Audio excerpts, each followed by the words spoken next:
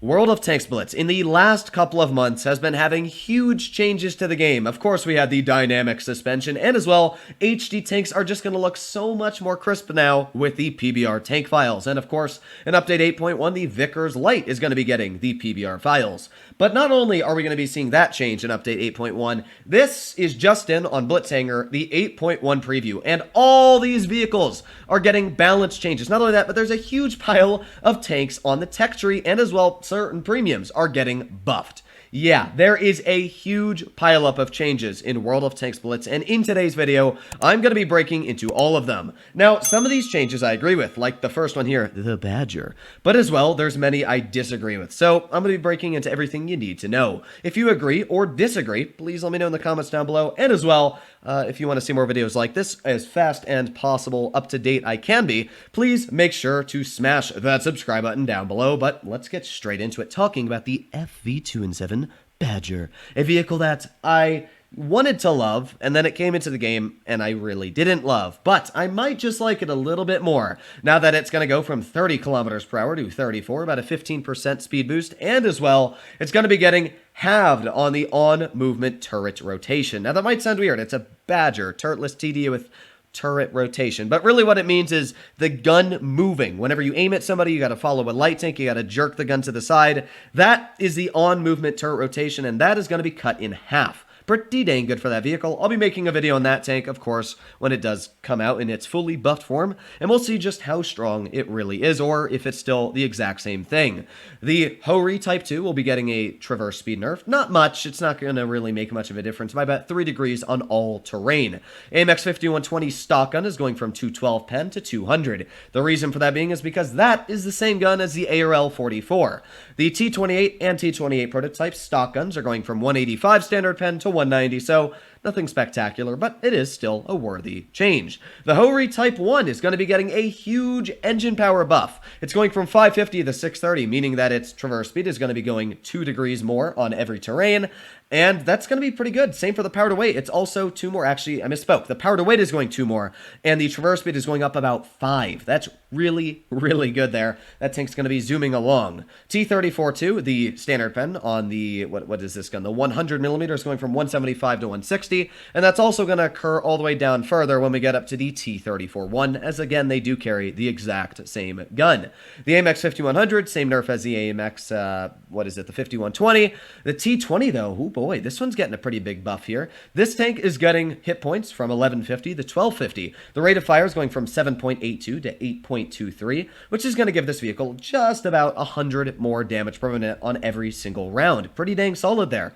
Pantera, I just about skipped. The standard pen on the stock gun is going from 165 to 160, but I probably should have just skipped that now that I'm thinking about it. We also have the T110E3 going from 1150 hit points to 1250. You'll notice a trend here. Almost every single tier 7 medium is going to be going up about 100 hit points. I'm guessing that they want to make them stronger, judging that they've made the heavy tanks stronger, so we'll have to find out how that continues here. The T26E3 Eagle 7 is going up 2 faster, not really much of a worthy change there. And the T29, yeah, it's going up like 20 DPM, so also not really something that we need to note on. The M6A2E1 is going to be getting a teeny traverse speed buff of 25 to 26, and the T25AT is going to be getting a worthy nerf from 56 kilometers per hour top speed to 50. I agree with this completely, and you're going to see this as well for some vehicles like the, I think the Jagdpanther Tier 7 Tank Destroyer, and there's one other tank, I don't remember what it is, but there's a couple vehicles getting nerfed. I definitely agree with this vehicle, just because I played it on my video about 2 weeks ago, and man, was that thing busted.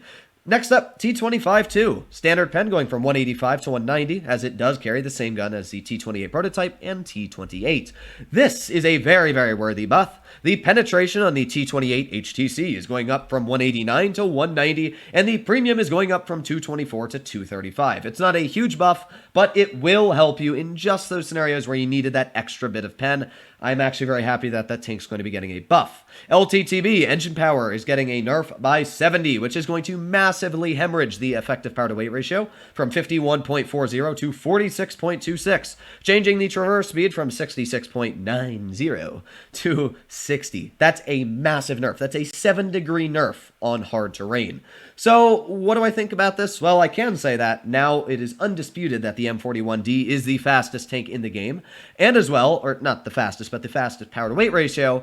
But as well, the LTTB it's still going to be strong, but we're going to have to see, because that is a pretty big power to weight nerf on what it is worth. But still, 46 is pretty dang fast. The T43, the 4485, and the 3485 Rudy are all going to be getting hit point buffs. Nothing really too spectacular there, but as I did say, to trend with all the mediums. The IS is going to be going a teeny bit slower, 0.6 slower, so not really going to make a difference there. But the aiming time is going to get about 30% better, and the weight of this tank is going to get a little bit more, which I guess will help you in just those engagements where you need to rip off 2 more hit points on a ram.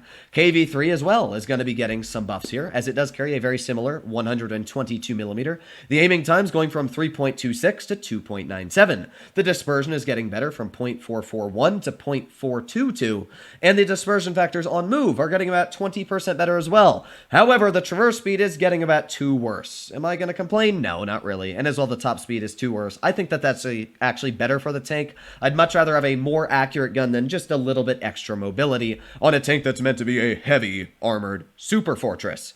SU-100M1 is going to be getting a tad of a traverse speed nerf, but yeah, not really noticeable there. SU-122 is getting a big base aiming time buff at 2.21 seconds to 2.01. Same for the base dispersion at 0.393 to 0.374. That's really bad dispersion when you think about it. That's terrible for a tank destroyer too. So that's the issue with the 122, is just how inaccurate that gun is. And that also goes for the ISU-122S, which will be getting the exact same dispersion buff. SPIC, once again, is going to be coming even a bit stronger. The rate of fire is going up from 8.72 to 9.04, increasing the damage per minute just by about 80. And as well, the time before the next shell is ready is going from 3 seconds to 2.5. That is going to be massive, and it's going to give you the ability to easily get those extra shells out that you normally would not have been able to. Big buff going to the SPIC. The Panther is going from 1270 hit points to 1250, nothing noticeable there. The Yag Panther is going from 55 to 50, a very noticeable nerf. As I did say before, just like the, what was it, the T25-2? No, it's the T25AT. So both of these vehicles are getting top speed nerfs. I think they're both deserved. Honestly, the Yag Panther is one of the strongest tier 7s that you can grind currently, so I don't really think it's going to hurt the vehicle all too much. The power to weight is staying the same, so acceleration, everything is going to be the same. Just your top speed by a little bit is being scraped off. The Sturmil, though, big buffs going for that tank. Engine power, 310 to 370, which is meaning that the effective power to weight ratio, which was terrible at 7.74, is still going to be bad, but not terrible at 9.24. Traverse speed is going up 7 degrees. That's huge. And the top speed is going up by 5, from 25 to 30. Whoa, mama, that tank is going to be strong. I'm actually going to play that thing. There's going to be so many tanks and so much content I'm going to be able to make with all these changes coming into the game. As you can see, a lot of them are for the good, by the way, which is good. It's when we get to the armor that I have a couple disagreements, especially on one auto-loading tier 10 French heavy tank. The Comet is going to be getting a bit of a traverse speed buff, and the speed forward is going from 51.5 to 55. So again, it's not going to be anything big to the vehicle. The gun is the real killer of the Comet. It really struggles on that penetration. Black Prince is getting a worse aiming time and as well worse dispersion, but the speed forwards is going from 20 to 25. Do I think that's good? I think that it's actually going to help the vehicle more than it hurts it. The faster this tank can get into the front line, especially because it still keeps this super speed boost, the stronger this vehicle will be at ripping into those enemy opponents. But I like what they did there because it's going to make the tank a little bit more enjoyable to play. The Challenger is getting a nerf, a teeny bit. It's going about 1 less on the effective power to weight ratio, but the traverse speed is getting better. I really don't know what to say there. Top speed's getting worse by 2. It's really not a change by any. And the Cheery is getting an engine power buff from 550 to 630, meaning that the power to weight is going to go up a little bit more by 2. Is going to help it out quite a bit, especially that traverse speed. Oh, baby, going up 6. Yeah, that's going to be really, really helpful. IS-2 Pravda is getting a bit of a base aiming time buff from 2.97 to 2.88. I didn't see the IS-2 Berlin anywhere, or the 1945.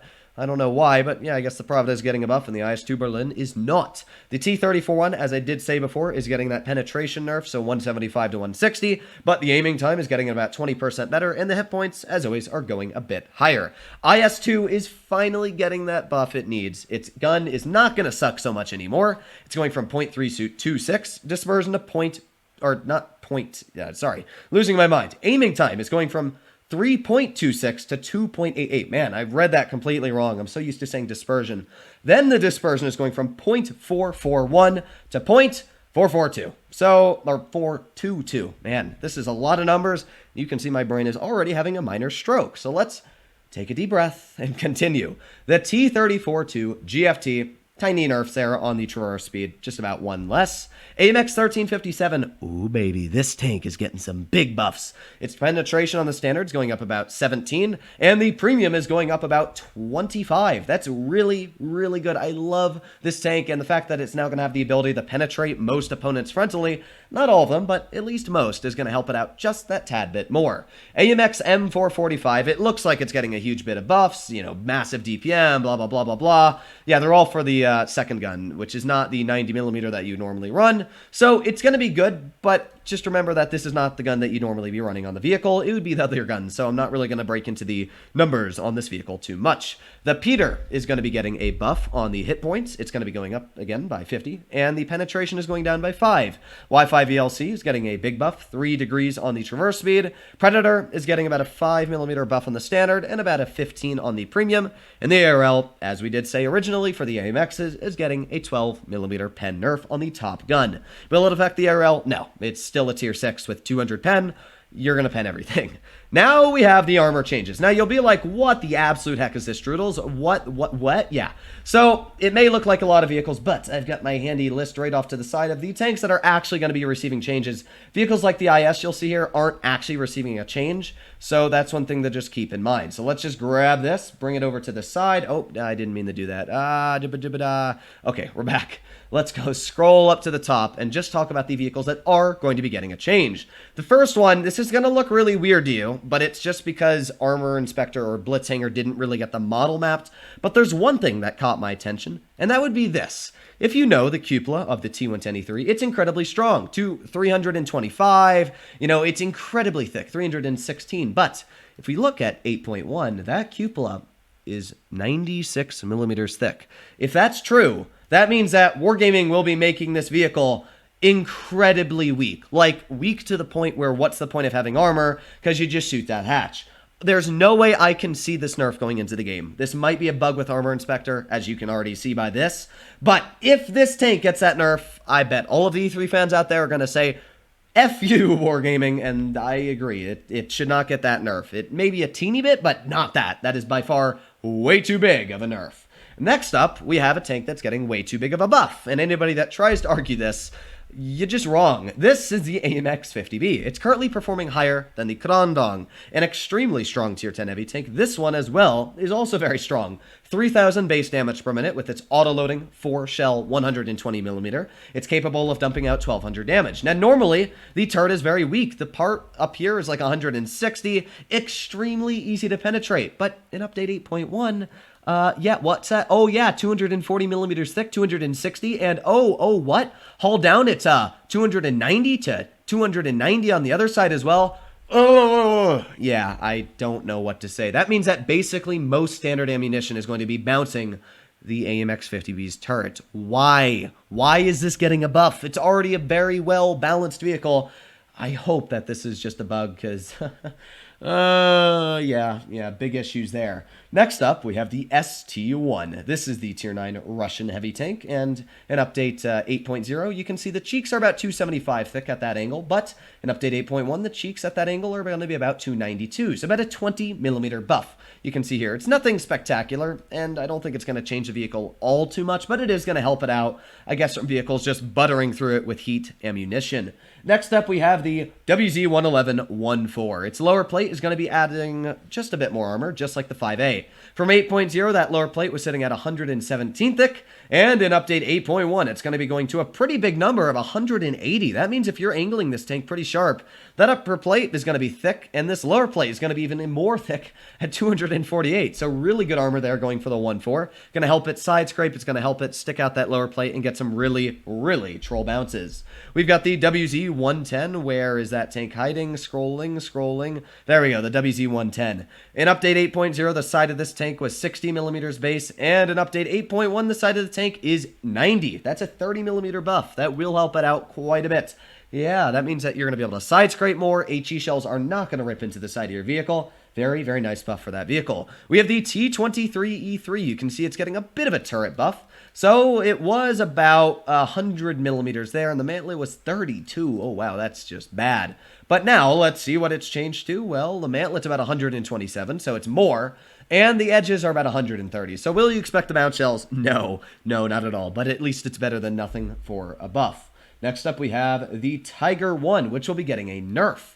It's currently actually a pretty dang strong vehicle. You can see that lower plate 160 millimeters thick, and the upper plate about 170. But in update 8.1, it's going to be getting just a tad of a nerf. Nothing massive, but it's going to be about 140 now. So about an 18 millimeter nerf on that lower plate, which will mean that most shells from standard at tier 6 will be getting through that lower plate.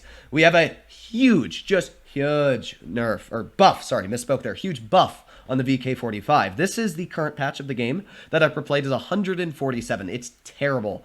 Oh boy, here we go, guys.